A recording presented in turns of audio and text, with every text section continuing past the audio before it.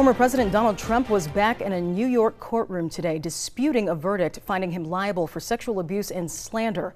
This comes as Trump and Vice President Kamala Harris are getting ready for their first presidential debate. 27 News Washington correspondent Rashad Hudson joins us live now with an update on the race. Rashad? Rebecca, the Harris campaign says that the vice president is hunkering down in Pennsylvania, preparing for next Tuesday's debate against former President Trump.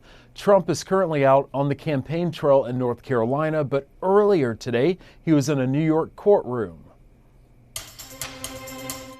This is a disgraceful case. Instead of starting the day on the campaign trail, former President Donald Trump was in a New York courtroom. He's pushing to overturn a verdict finding him liable for sexual abuse and slander. His accuser is writer Carroll. But she made up a story, it fabricated 100%. Trump is blaming his legal problems on his opponent, Vice President Kamala Harris. It all goes back to the DOJ and Kamala.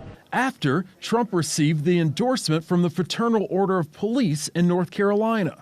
On the other side of the country, Trump's running mate, Senator J.D. Vance, is focused on border security. It's Kamala Harris's failed leadership that doesn't let these guys do their job. In an interview with Univision, Vice President Kamala Harris slammed Trump for his comments toward migrants and his immigration policies. This person who has talked about how immigrants poison the blood of America. Harris says she understands working people better than Trump. And I come from a middle-class background, unlike my opponent, who had a rich daddy who helped him start his career, and then he went bankrupt multiple times.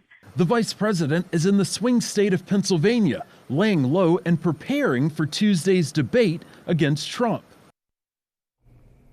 And we have some updated fundraising numbers from both of the campaigns. The Trump campaign says during the month of August, it raised $130 million. In that same month, the Harris campaign says it raised over $300 million. Rebecca? Rashad, could you tell us more about the update on Trump's hush money trial?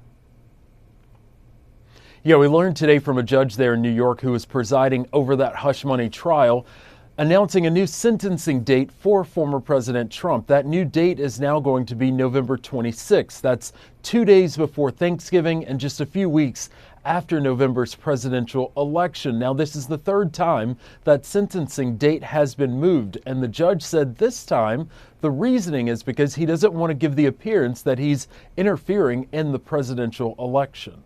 All right, thank you, Rashad, for that live report from D.C.